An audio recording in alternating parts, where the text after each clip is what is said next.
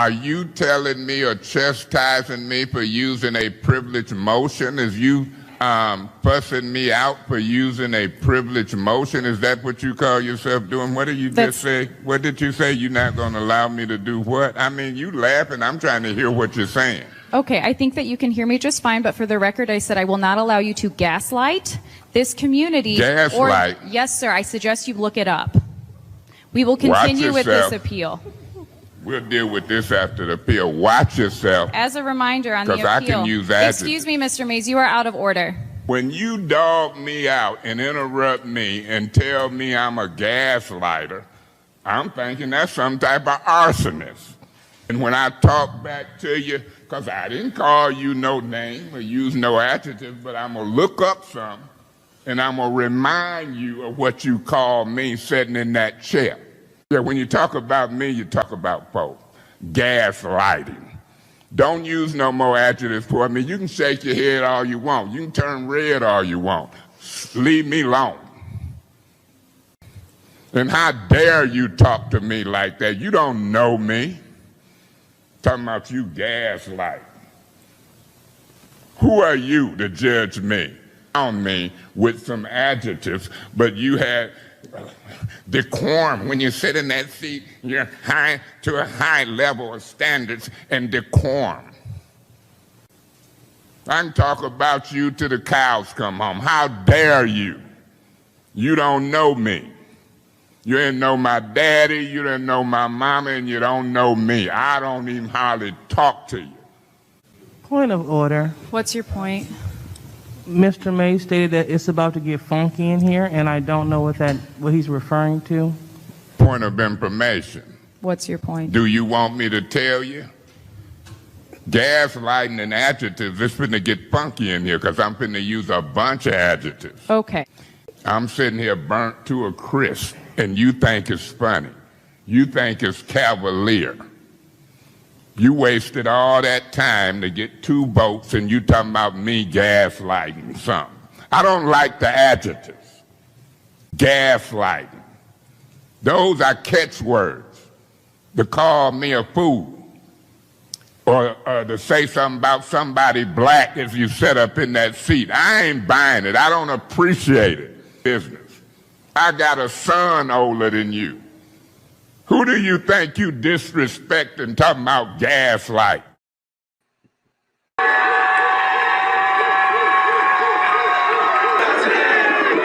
don't build this movement. We don't build this movement.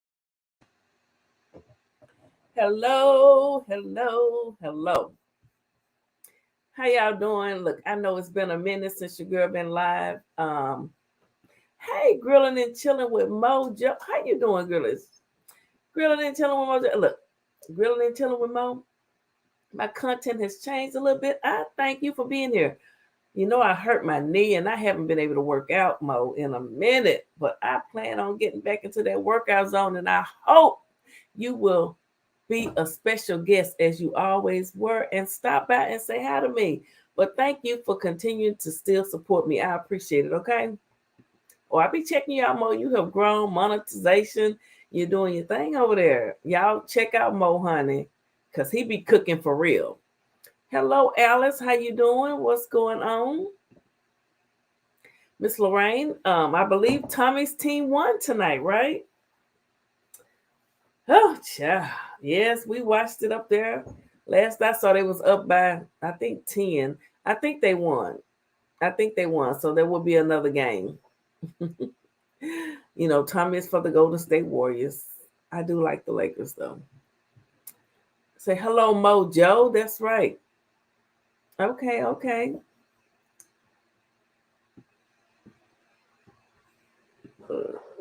Alice, good morning. It's 12:45 on the East Coast. 12:45 a.m. Where are you, Alice? Okay. Yeah. Oh, it's still Wednesday. Yes. Yeah, it's still Wednesday where I'm at. Okay. It's Wednesday at 11:48 p.m. We haven't done a social justice news hour in a minute. Well, we're going to do one tonight. Okay. Hello, Miss PP. Well, hello, look, Keisha. How are you doing? Thank you for joining me. Make sure y'all hit the like button, okay? We got to get back into it. I got to get back to work and get back to going live every night and get the channel back in the algorithm and get things going, okay? But you know, I've just been relaxing, taking it easy. Hello, everyone in the chat. Tell Tommy pump the brake. He's asleep right now, but honey, when he fell asleep, they was up by about 10 or 12 points. Yes, so his team did win. I'm doing good. I'm doing wonderful. I'm doing wonderful. Thank you. Thank you. Thank you. All right. So I'm going to attempt to try to play this TikTok video that I had wanted to show you guys the last time we did a show, but it would not work. Let me see what kind of, how do I have this in here? Let me see if I can do it like this here. I done added me some more things on here, honey. Let's see if it's going to play. Please play.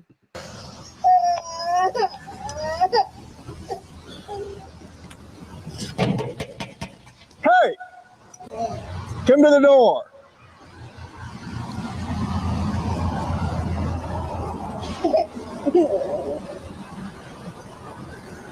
I just woke up a female inside that was napping on the bed. These your children? You care to explain how we got into this position? Yeah. So would I.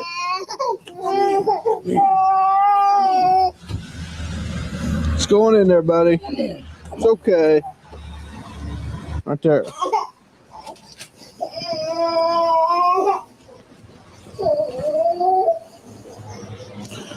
We'll have a seat.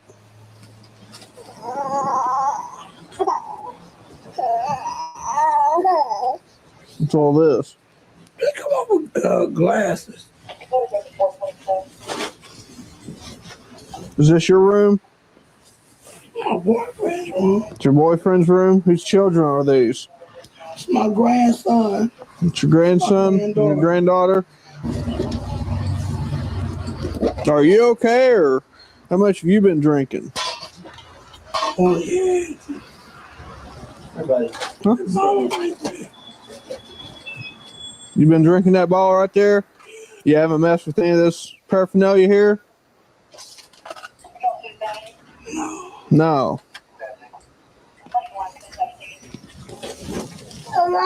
So I just want to set that up on the TV where the kids can't get to it. I lay down with them. Well, they crawled through this window, or they were able to open the door and stand outside and cry and wail until neighbors and passerbys heard them and saw them and called us. And they were crying loud enough I could hear them coming up the stairs. You're laying right in here with the window open, you couldn't hear them. We was all in the bed. We was all three of us was in the bed. Well, not when I got here. These two were outside. They'd been outside for at least 5 minutes, if not longer. And they had a trash can out there with them. What are you? Okay. Hey, Fine. How old are you? Doing nothing. Okay. T, I need you guys to kind of watch the kids. Yeah, Okay. take You the want? kids if you want. Okay. Yeah. Would you go ahead and get her? Man, give me a little one there. Just let, Thank you. Hi, why sweetie. don't you go ahead and stand up here? Come over here with me, buddy. Hey, man. Trains we're behind your passing back. These kids ate.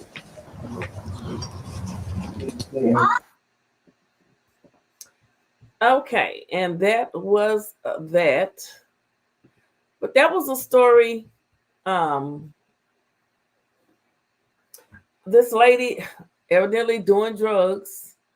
I don't know. She was in the hotel. I guess her children crawled out the window and couldn't get back in the room with her. And someone saw the children and they called the police. But, you know, don't do drugs. You know, if you're going to have children, just don't do drugs. Don't do drugs. Salute to the parents who, you know, to the women that get pregnant and take good care of themselves and don't do drugs and go to their appointments and take their vitamins and have healthy babies. Salute. Salute to those parents. All right, guys. On to the next story, because you know I have another one. I do. And while I find it, I'll just throw this on for a minute. I'll be back. We gon' build this movement. That's the message. We gon' build this movement. Guilty, guilty, guilty. Okay. Let's see. What y'all saying in here? Who else we have in here that I didn't speak to? Okay, I think I spoke to everybody. Hey, Smitty, how you doing? Thank you for stopping by. I do appreciate it. Yes, I do. Hello, Miss Maria. How are you doing? Thank you for stopping by tonight. Or shall I say, well, yeah, it's still Wednesday night. It's still hump day. All right, guys. So look down, right down here. Look down here. Let's check out this news story, okay?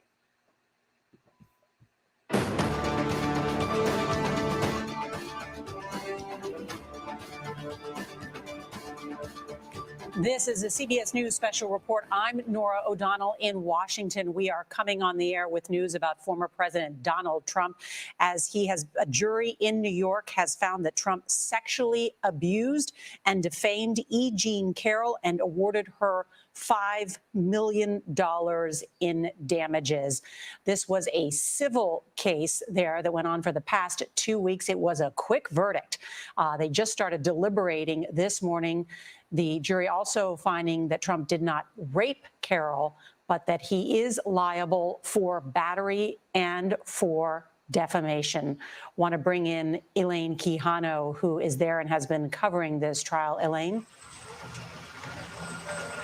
Well, Nora, it took this jury of 6 men and 3 women less than 3 hours to reach its decision against the former president of the United States, finding him liable, as you said, for sexual abuse and defamation. Now, E. Jean Carroll, the writer, had alleged that Donald Trump had raped her in a New York City department store dressing room in 1996. That is a claim that Donald Trump repeatedly denied. During the trial, Carroll had said that she was too shaken at the time to report that to police, something that Trump's defense attorney, Joe Tacopina, had questioned. That attorney also had pressed Carroll on why she could not remember the exact date of the alleged assault and suggested that she only came forward in order to sell more copies of her autobiography. Now, for his part, the former president had been given the opportunity to testify during this trial here, and even suggested as recently as last week that he would cut his trip overseas short in order to do that. His attorney saying in closing arguments, though, after the former president declined to appear, his former attorney said he has no story to tell other than denying her claim. But Nora, as you said, a surprisingly quick decision by this jury. I can tell you that the instructions to the jury this morning from the judge were quite lengthy. It was 10 questions on this verdict form that the jury had to consider. Clearly, unanimity seemed to be something that was with this group from the start, given just how quickly this decision came. Elaine Quijano, thank you. Yes, a remarkably quick verdict from this jury. And this is the first time in history that a former president of the United States has been found liable for sexual assault and battery. Former President Trump, as Elaine noted, did not testify.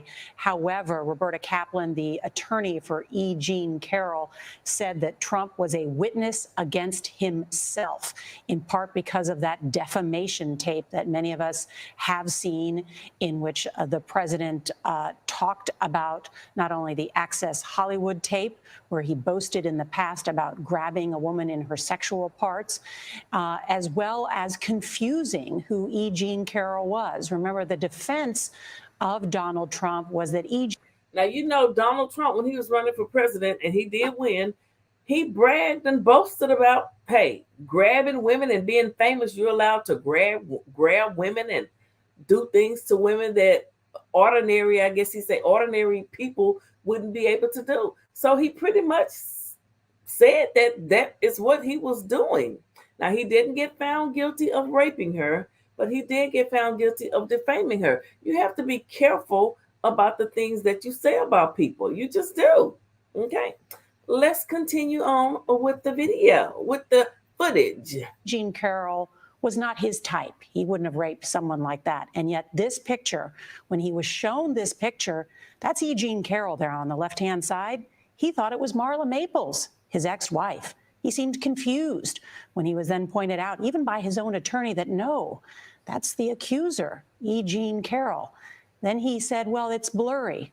But as Roberta Kaplan, the attorney, said, Trump lied. That picture wasn't blurry. Let's bring in CBS News legal analyst Ricky Kleeman. I know, Ricky, you have been covering this trial from the beginning. Your take about how this jury was able to deliberate so quickly. You know, the jury only took 3 hours to find him guilty. And one thing Trump always says is never admit to anything that you... Trump said, he says, just never admit to it. Even if you've done it, he says he's never admit. If he's wrong and he's guilty, he's never going to admit to it. He has said that you just lie until you can't lie anymore. That's what he does. Well, there was only really one question for this jury, Nora, and that was, did they believe E. Jean Carroll? And when you look at E. Jean Carroll's testimony, you're really looking at the testimony not only of one woman, you're looking at the testimony of 5 women. Because what you have is the plaintiff, E. Jean Carroll, and her story about what she says happened to her around 1996. But you're also looking at 2 what we call fresh complaint witnesses, people she told right at that. Now, 1996, and this is 2020. 1996 is a long time ago, but there's just some things that you will never, ever forget. Okay. Particular time. And you're also looking with 2 other victims who told a very similar story, not only to E. Jean Carroll, but it is the story of the Access Hollywood tape. It's precisely the same story 3 times. So the worst witness against Donald Trump was Donald Trump, because they had the Access Hollywood tape, as you pointed out, and in his own deposition, it was really somewhat of a disaster when you have someone who says, if you're a star, fortunately, you can do what I talked about. And those are the kind of statements where a jury could not possibly see that 5 women were lying. Real issue, Nora, for me, is how much money. That's right. And as we're hearing right now, it could be about $5 million that the former president liable for. I do want to ask you, though, Ricky, they did find him not liable for rape, but they did find him liable for sexual battery. What does that mean? Well, it could mean a lot of things, Nora. It could mean that there was a compromise in the jury room about what actually happened, about how they thought about her description. She was very, very emphatic about the use of finger and the pain that it caused. And a lot of her memories were about that finger. Now, in many jurisdictions, that kind of penetration of the vagina by a finger would also be considered rape. But perhaps this jury felt differently. There is no doubt that they saw and heard enough to say, well, perhaps it wasn't rape for all kinds of extraneous reasons. But nonetheless, they felt that one question down, they could find it a sexual abuse. They didn't go further down the list of the judge's lesser included offenses, as we lawyers would say. But sexual battery is a forcible touching plus more. And Ricky, we should note, too, this is a civil case, not a criminal case. And so the burden of proof is different. Explain. In a criminal case, the burden of proof is to prove guilt beyond a reasonable doubt. That's a huge burden. As I often say on the scales of justice, it's right at the top of the scales that you would have to believe the evidence beyond a reasonable doubt. So if you suspected, if you get, that wasn't enough. But in a civil case, the burden. Yes, he did leave a trail. He was just steady talking and incriminating himself. You have to watch what you say, okay? Trump incriminated himself, and Trump, I just personally believe he's guilty. I believe they came up with the right judgment. I mean, because he pretty much said that, he can grab a woman and do what he want, this, that, and the other. Guilty. Guilty, guilty, guilty. Oh, justice is slow, but it is certain, honey. It is certain. Justice for Kalitha. It is preponderance of the evidence. Nora, that's like putting a feather on the scales of justice. It's about 51%. It's an excellent way to describe it. Ricky Kleeman, thank you so much for your expertise. Want to bring in our chief Washington correspondent, Major Garrett. And Major, Donald Trump is running for president again. What is the political effect of this? So not only is Donald Trump running for the Republican nomination, he's the front runner. He's right now the undisputed front runner. And by all polling data measured recently, a very, very strong likely Republican nominee. The political effect of this will come out over time, but this trial was in fact a character sketch of the former president. And his attorney said— right now, Donald Trump is running he's running for the Republican presidential nomination. And he's in lead. He's in the lead right now for the Republicans overall.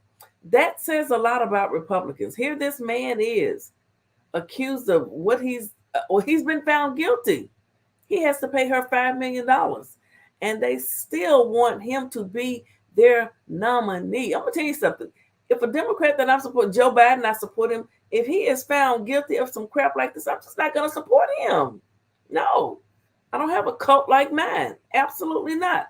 I won't be able to do it. Can't do it. You could say that former President Trump is rude and crude, but he didn't do these specific things. Also arguing, by implication, these would be out of character for the former president. The jury did not agree with that. The jury said, as a matter of fact, based on all the things presented to us, this is precisely the character. Now, those on the political side of former President Trump would say, you know what? That was adjudicated in the 2016 election. The country looked at this character sketch and said, you know what? It's okay. We'll elect him president. That character sketch now comes back with very real procedures in a legal courtroom and an assignment of a fine against former President Trump. So that character question now is raised in a very different context. And there's been a proceeding, an adversarial one, where Donald Trump had every opportunity to defend himself in person, looking at across that courtroom at Eugene Carroll. He did not do that. His attorneys did not want him to do that. So the character sketch that emerges from this civil proceeding will have real political impact. Donald Trump's attorneys will no doubt appeal this particular ruling, but this is the first time that a jury has found a former president of the United States liable for sexual abuse and battery in this case. And as has been noted, this in many ways, in addition to a character test, this was also a matchup between two different types of attorneys, where Donald Trump didn't show up. Joe Tacopina, his attorney, didn't present much of a defense. And in fact, really the only evidence out there was Donald Trump's own deposition, which ended up being quite damning. As Ricky Kleeman pointed out, the former president said, fortunately or unfortunately, but that fortunately word hangs out there predominantly. Fortunately, for years and years, the former president said millions of years, it clearly wasn't that long, men have been allowed to get away with this. Fortunately? By grabbing a woman, Yes. In an unwanted, battery-type, aggressive way. He almost admitted to it. Precisely. And in 2016, I remember it well. I covered it hour by hour by hour. It was still kind of an abstraction. Oh, he talks this way. He said it was locker room talk. He would never act that. I mean, women, have you ever, to the women out there, have you ever been grabbed in an uncomfortable way by a man that you just didn't ask for? I mean, have you ever feel like you've been harassed on your job? It has happened to certain women. I mean, it has. It is what it is. And Trump all but admitted to it. You listen to that tape from Access Hollywood. He stated that being with who he was, his name, his fame, he could just grab a woman and do what he wanted, have his way. No, you can't. And okay, you can't. And you've been found liable, sir. Yes, you have. Yes, you have. That's what this way. The Access Hollywood tape. Yes. That's not the context any longer. Maria, A jury it's a looking at all the big- facts said, no, that probably did happen. Was Yes. it rape? We have no way of knowing that for sure, but we know something bad, something unwarranted and unwanted, unwelcome happened. And then the former president lied about it. That's the defamation part of it. Oh, and to compound the factual inaccuracies perpetuated by this former president, this morning on social media, he said he was unconstitutionally silenced in this proceeding. That is a complete lie. He was given every opportunity. The judge provided 3 more days in case the former president wanted to testify. That's not unconstitutional silencing. That is a strategy that failed. It really is an interesting case in many ways because, You know, Trump is an outright liar. He will just lie to you. The truth will be staring you in the face, and he will just make up something else and expect for you to believe it. And sometimes people fall for the okie doke. Trump is an outright admitted liar. I mean, it is what it is. He's a liar. the attorney, Roberta Kaplan, for E. Jean Carroll, who is quite skilled, pointed out that Trump lied multiple times. He had said, I never met E. Jean Carroll, but then there was the picture, and then he confused her with his ex-wife, Marla Maples. Trump said, well, I'd never been to Bergdorf Goodman's, the department store in New York. And Roberta Kaplan said, well, he lied because we've got someone testifying that he frequently visited the store. Trump lied when he said that the photo was blurry. Here, look at the photo. It's quite clear. Anybody can see there. It's a clear picture. So it was, again, in many ways, saying that Trump cannot be believed in this case. And that is usually, it's usually sometimes the one who makes the accusation is not believed. Precisely. The forcefulness of the former president's denials evaporated up against all of his other misrepresentations and inaccuracies and strategic lies. Major Garrett, thank you. And just to recap, a jury in New York has found former President Donald Trump liable for sexual abuse and defamation in a civil case, awarding the former columnist E. Jean Carroll nearly $5 million in damages. I want to thank Elaine Quijano and Ricky Kleeman. Our coverage will continue on CBS News Streaming, your local news, and we're going to have a full wrap-up of what this all means tonight on. Okay, as you heard her say, Donald Trump was found liable. Okay, and we'll have to pay that person $5 million, but she will be, Trump and his attorneys will be appealing that verdict. Okay, so I asked, had anyone ever been subjected to that? I think Maria says she has. She says, I am a victim. Yes. Had anyone ever been a victim of someone, touching them on in a certain way or whatever on their job or whatever? And Miss Maria says she's been a victim. My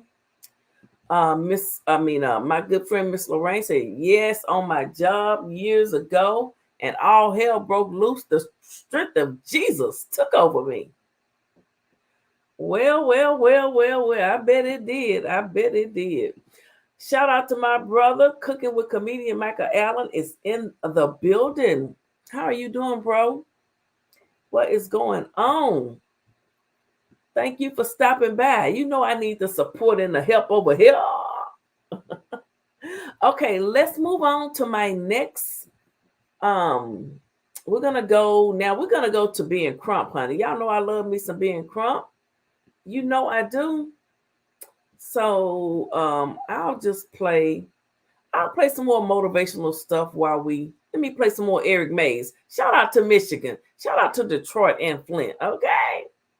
Leave me alone. Are you telling me or chastising me for using a privileged motion? Is you fussing me out for using a privileged motion? Is that what you call yourself doing? What did you just say? What did you say? You're not going to allow me to do what? I mean, you laughing. I'm trying to hear what you're saying. Okay, I think that you can hear me just fine, but for the record, I said I will not allow you to gaslight this community. Gaslight? Yes, sir. I suggest you look it up.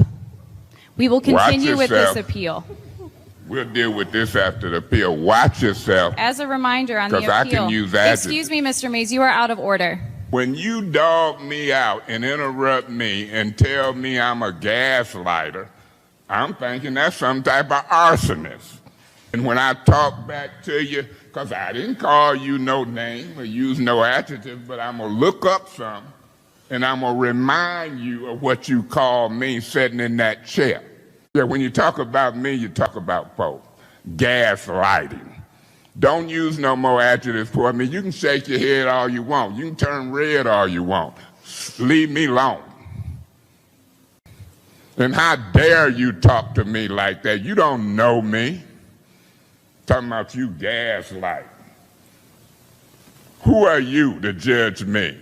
On me with some adjectives, but you had decorum. When you sit in that seat, you're high to a high level of standards and decorum. I can talk about you till the cows come home. How dare you? You don't know me. You didn't know my daddy, you didn't know my mama, and you don't know me. I don't even hardly talk to you. Point of order. What's your point? Mr. May stated that it's about to get funky in here, and I don't know what he's referring to. Point of information. What's your point? Do you want me to tell you?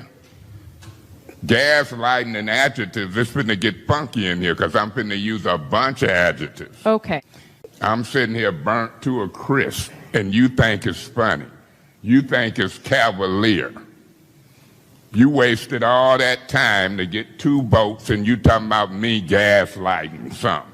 I don't like the adjectives. Gaslighting. Those are catchwords. To call me a fool, or to say something about somebody black if you sit up in that seat. I ain't buying it. I don't appreciate it. Business. I got a son older than you. Who do you think you disrespect and talking about gaslight? Look, I simply love that man. Too bad I am not a resident of Flint, Michigan in his district. Okay, but I do believe Sweet Rita of the 4C gang, they actually know the man. Michael said he's on the floor. Oh my God. Well, he's not in Detroit, Michael, but he's not far from you. Okay, guys, leave me alone. He said, leave me alone. Leave me alone. Gaslighting. Okay, he ain't gaslighting nobody. All right, we're gonna go now to the people's attorney. The people's attorney. Check out his look. This is all under the Fair Use, Act. Yes, it is. Copyright Act of 1976, where allowance has been made for fair use, such as for purposes such as criticism, commentary, news reporting, teaching, and scholarship and research, which is what we're doing. We're learning things over here. We're learning things over here. All 19 of you, okay? It may not be as exciting as some other live chats or wherever, we not over here just dog walking nobody. We're learning. You don't like it, hit the road, Jack. If you like it, you can stay.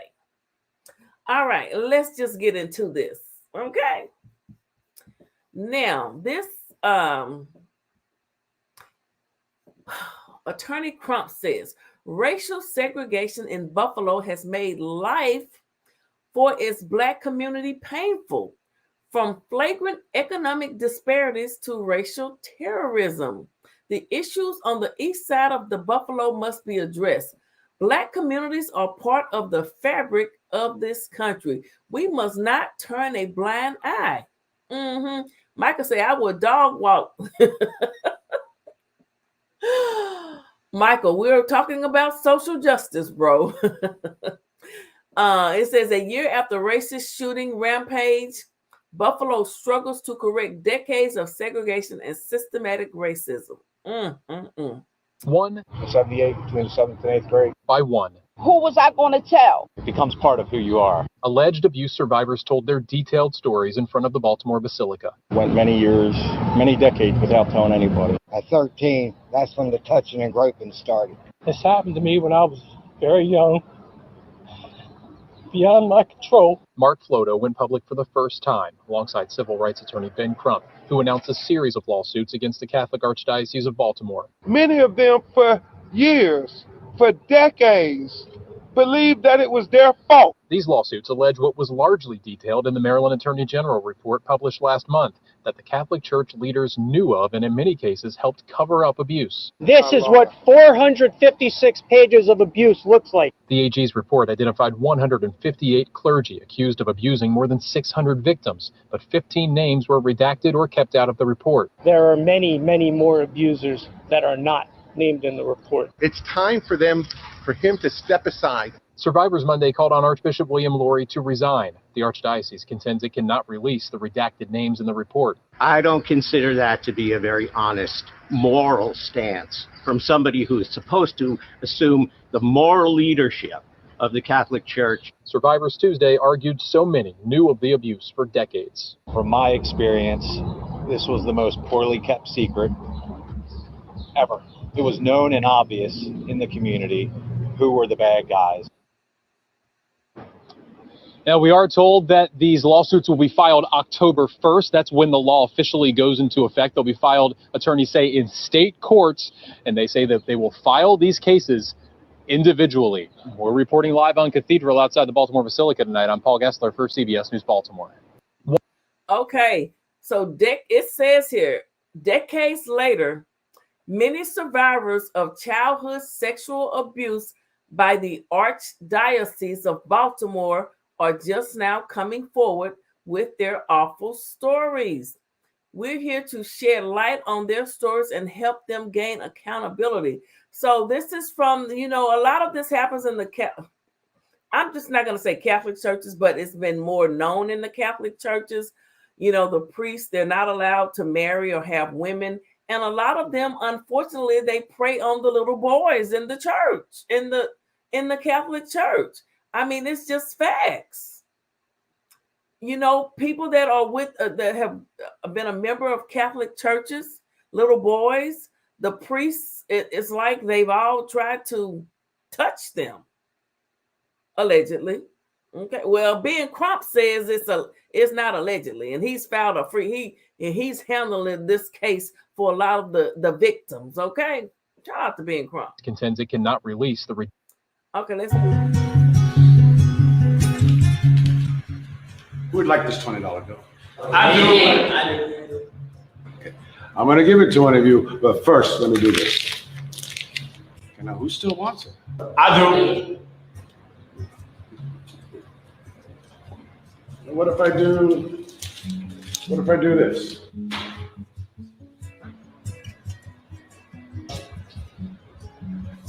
Now, who wants it now? I My dear students, I've just showed you a very important lesson.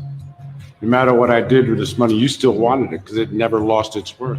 It's still worth $20. Well, there are many times in our lives when we feel like life has crumbled us up and ground us into the dirt. We may make some bad decisions or have to deal with some poor circumstances. And sometimes our lives can make us feel worthless. But no matter what has happened, no matter what will happen, you never lose your worth. You never lose your value. Okay, it says repost. You never lose your value no matter what. No matter what you go through. I mean, you just never lose your value, okay? You never lose your value. Sick and evil, place in hell for them as well. Absolutely. This is heartbreaking. I was raised Catholic and went to Catholic schools through high school. It changed everything about my faith. I was raised Southern Missionary Baptist Church. Okay. Baptized in Beaumont, Texas. Yes, I was. But we had friends and I would visit a Catholic church. I remember I'd be like, oh, let's go. We get to go and there's so many faiths. There's so many different faiths. But, all I can say is that I believe in God. I do. Ain't no ifs, no ands, no buts about it. I just believe in God, period, point blank. Jesus died for my sins, and you can't tell me nothing. And God just don't listen to one person and not the other. Don't just one person have a right to God and nobody else. Okay. All right. Okay, I'm not gonna get started. Let me get off my soapbox. All right, let's move on. Let's move on here. What's next? What's next for being right here. We know from Pontius Pilate. Now, this here, the institution that allow Baltimore area clergy, seminaries, deacons, and church employees to commit abuse against children must be held accountable. For decades, they turned a blind eye to sexual abuse, and now it's time those affected receive justice. This goes back to the Catholic Church. Okay, let's go to it. The Bible, we know from Pontius Pilate, until you do right, he will never be able to wash the blood off his hands. They have to admit the truth and have atonement and accountability for it. That's what these families and these victims deserve, right, Senator? To have atonement and accountability. Until then, no matter how many times they wash their hands, they won't be able to get the blood off their hands. We turn to the Bible and we know from Pontius Pilate, until you do right, he will never be able to wash the blood off his hands. All right. They have to admit the truth. Come on, let's see what else they have. Attorney, his name is George Floyd, wins Pulitzer Prize for Best Nonfiction. Okay, his name is George Floyd, has won a Pulitzer Prize for Best General Nonfiction. Congratulations to authors Robert Samuels and Toulouse, I can't pronounce that last name, for tremendously examining America's history of racist practices and telling the story of how they influenced George Floyd's life and death. Okay, well, that is awesome. It's I enjoyed that read. They humanized him. I'm gonna have to purchase that. He made a difference in all of us. Congratulations to the team, family, you, and the legacy of George Floyd for his family. This person says, not a lot of clicks on this because truth and reality we shun so we can turn up and act as though it's just gonna go away. Africans need to wake up in this country because time is running out. Kudos to the documentary and the producers and to my hero attorney, Ben Crump, the people's attorney. Okay, what's next on Ben Crump's list here? Okay, Ben Crump's attorney Adam P. Slater and I are proud to stand with Baltimore Archdiocese sexual abuse survivors as they prepare to pursue accountability. More states should follow Maryland's lead and remove the statute of limitations for sex child abuse. Okay, Ben Crump. Shout out to Ben Crump. Shout out to Ben Crump. And who have had for decades until we had great leaders in the Maryland legislature pass a law that told them finally they could get some measure of justice. And then Governor Moore immediately signed that legislation into law to give them a voice that has eluded them for decades. You're going to hear from people 10, 20, 30, some 40 years who have been suffering in silence. My co-counsel, attorney Adam Slater, is going to give you a lot of context from which the legislation came to be and why. But what I want to do is first, before we go any further, introduce you all to these brave, courageous survivors who will be silent no more. We have present with us, who you're going to hear from in just a minute, a person who is very, very emotional about the statements he's going to make, but he says with his family's help, he's going to do it. And that's Mark Pluto. We have former state senator Timothy Ferguson, who you will hear from. We also have another young man who is going to be very emotional, and you have to understand why it's so emotional for them.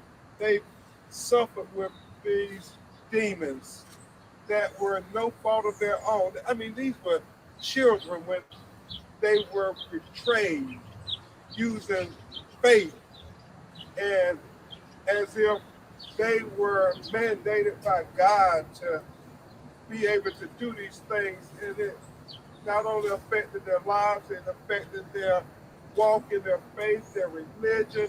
They questioned everything.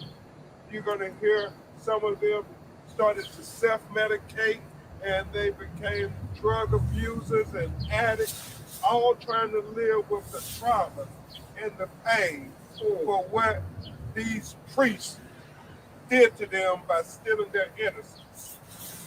They questioned their sexuality. It was so many things that caused these children to never ever be able to run far enough, right, Pastor Mansfield? You cannot outrun the trauma that was inflicted, no matter how hard they tried. And you will hear from Pastor Robert Manfield. You will hear from Joe Taylor. You will hear from Tanya Allen. And you may hear from some others who are present with us, even though they said right now they feel that it's difficult enough for them just to stand here today. And we said if that's what you believe is your role, then that's absolutely the right thing. You coming forward was the first brave step. And if you find your voice while we're doing this press conference, you don't hesitate to let us know. We have Dave Alpert. We have Michelle Lacey. We have Robert Hammond. We have Chad Craig. And we have their family members and their loved ones. Before Adam Slater speaks to you, I would simply say this. As a man of faith myself, and understanding how much preachers and clergy played a role in the shape of my life, I can't even fathom. I mean, it is beyond imagination what Tanya and others went through when they were betrayed by the very people their mothers and fathers turned to for guidance. How they would give them alcohol and take advantage of them. I mean, you can't even fathom this. Most people still don't want to believe it. You're going to hear from Joe, who is still battling with his family now, because they don't want to accept how they were abused, and when they tried to tell, it was a conspiracy to silence them by other priests. You're going to hear from them talk about how when they told that they were punished and retaliated against, not the person who was raping them, but the person who was the victim was blamed. And many of them for years, for decades, believed that it was their fault.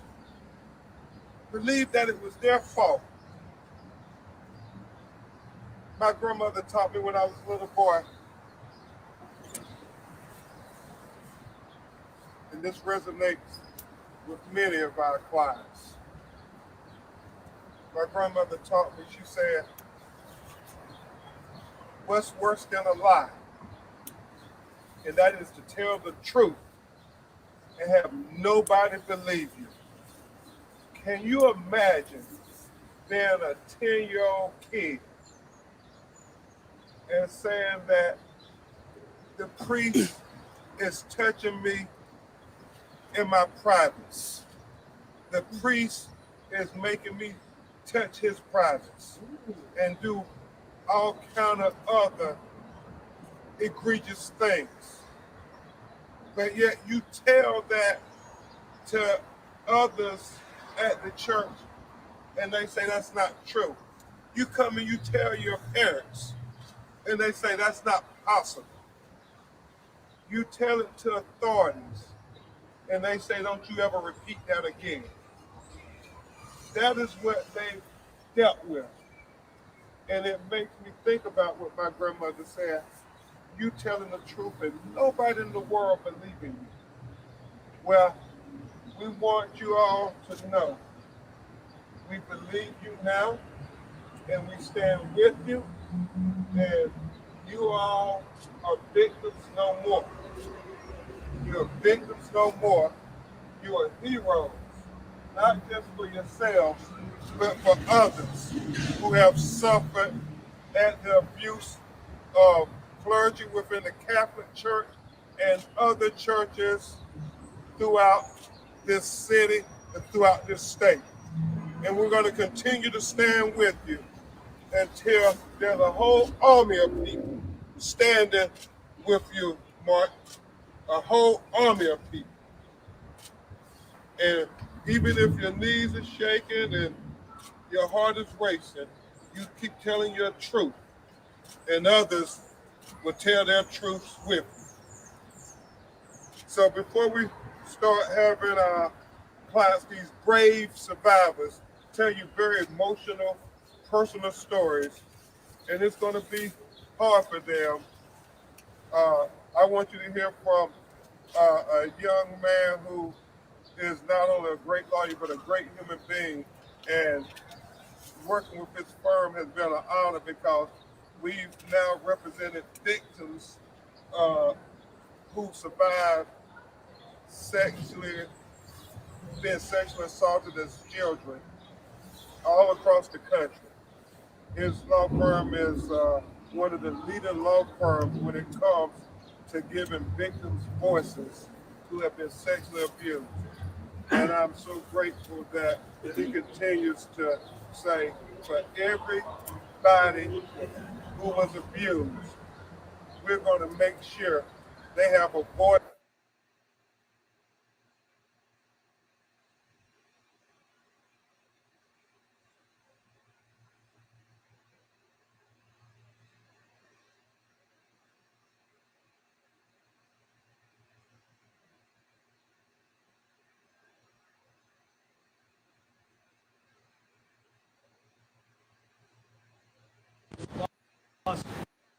Dozens of people who were considered as a true house of horrors by LA County. Last fall, we stood together in Manhattan in the care and custody of the New York State prison system. Today, we stand alongside men and women who were abused as children of providing consent, either because of their age or because of their vulnerable circumstances.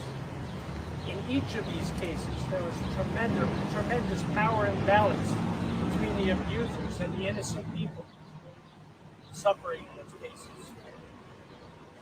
And finally, all the victims and survivors have continued to carry the burden and shame for years, and in many cases, decades after the abuse ended.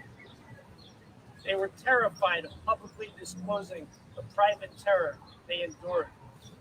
But now they refuse to remain silent and have been afforded the opportunity to hold the institutional accountable that enabled their abuse. This is the grand jury report released by the Maryland State Attorney General's Office It details pervasive sexual abuse and complicit silence. This is what 456 pages of abuse looks like right here. 456 pages. Over 600 children are known to have been abused by the 156 people identified in this report. However, we believe this is just the tip of the iceberg. The abuse was systemic. There are documents from the 1940s referenced in the report. More than 80 years ago, the survivors have endured an unimaginable trauma that has undoubtedly changed the course of their lives in more ways that can be articulated today. As the report states specifically, abusers often singled out children who were especially isolated or vulnerable because of shyness, lack of confidence, or problems at home.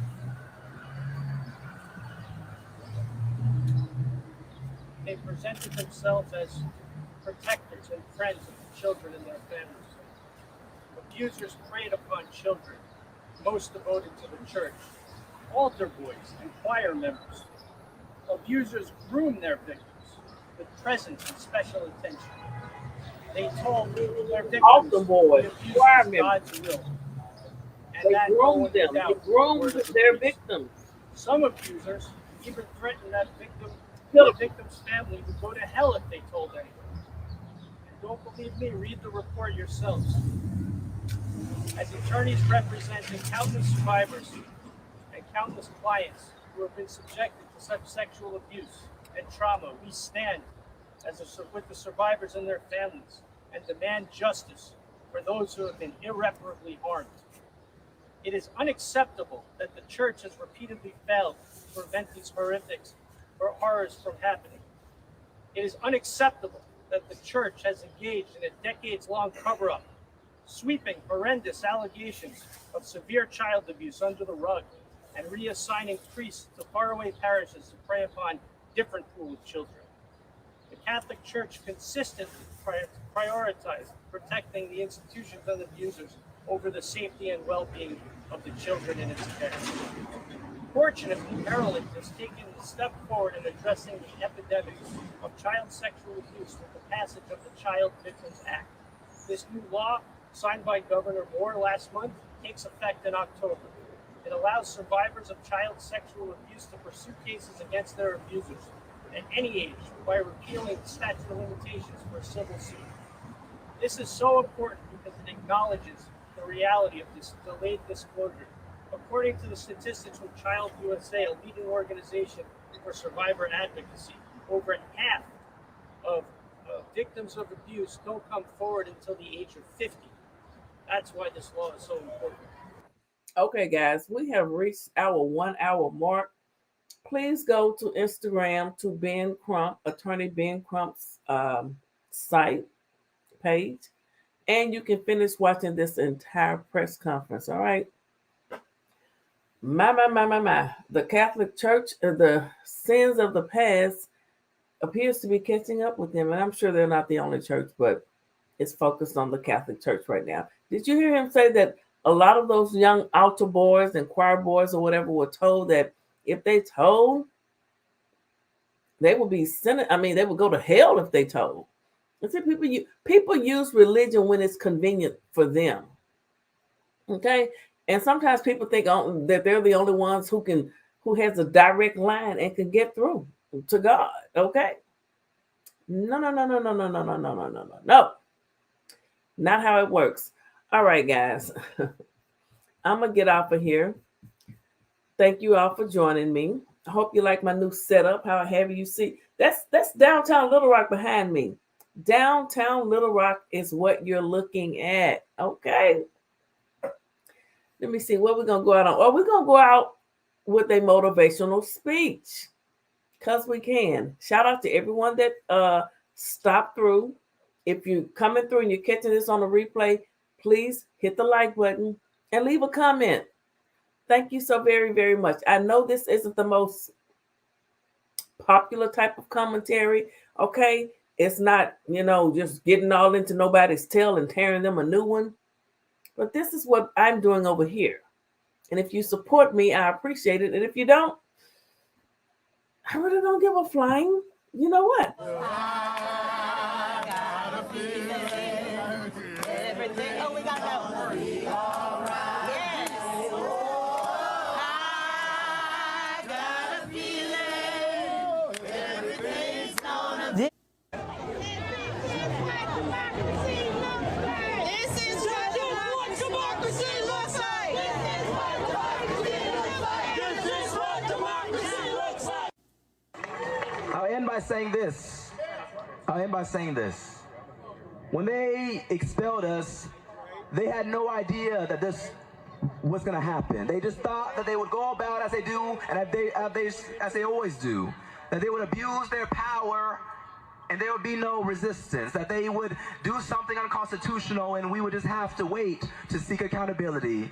When we say to that there comes a time where time itself is ready for a change, and that time has come to Nashville. That time has come to Tennessee. Speaker Cameron Sexton, you can either move on over or we'll move on over you, because we're moving on. And so, friends, Nashville and Tennessee, we hope you join us in the People's House, because no matter what happens here today, we have a speaker who may not respect the results. So we need people to show up in the chamber and let him know that we will not allow him to stand in the doorways of the legislature like governors of the past and politicians of the past still sit in the doorways of schools, challenging desegregation. We won't let him stand in the doorways of democracy anymore. And that he tried to crucify democracy, but hey, happy Easter Monday, because we are resurrecting a movement across this state. Forward together and not one step back. Forward together. Whose house? Whose house? Whose house?